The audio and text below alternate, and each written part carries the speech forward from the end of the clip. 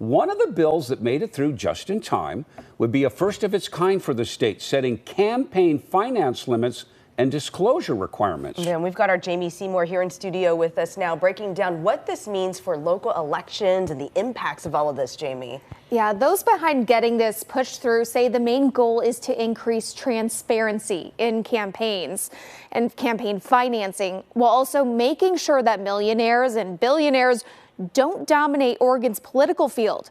Oregon is one of only a handful of states without limits on campaign contributions.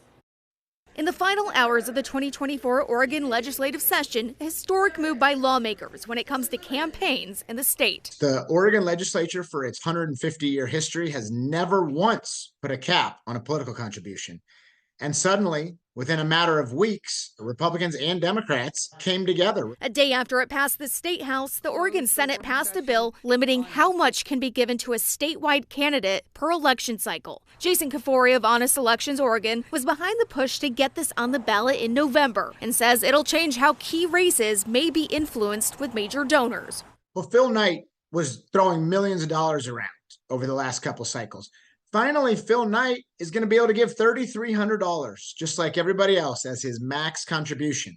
As for the impact on Oregon voters, what this does is it allows ordinary Oregonians to be able to feel like the system is a little bit more fair. Individuals and corporations will be limited to giving no more than $3,300 to a candidate, while political party committees can give up to $30,000 and labor unions or nonprofits up to $26,400. This will finally put some reasonable limits on our elections, and hopefully through more years, we'll get even lower limits down the road. It'll also push the Secretary of State to create an online dashboard listing campaign contributions. In a shortened session where Oregon lawmakers were on deadline to get crucial bills through, tackling affordable housing and the drug crisis, Kafori says he believes that actually helped as opposed to a regular legislative session. It was actually because we had only a small amount of time that the pressure grew with our pending ballot measure to make this happen.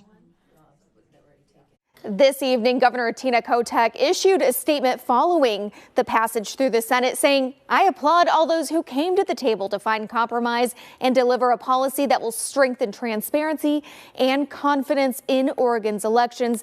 Now that bill will head to her desk for signature. Now, if this is signed into law, these limits would not go into effect until January 1st of 2027. All right, Jamie, thank you.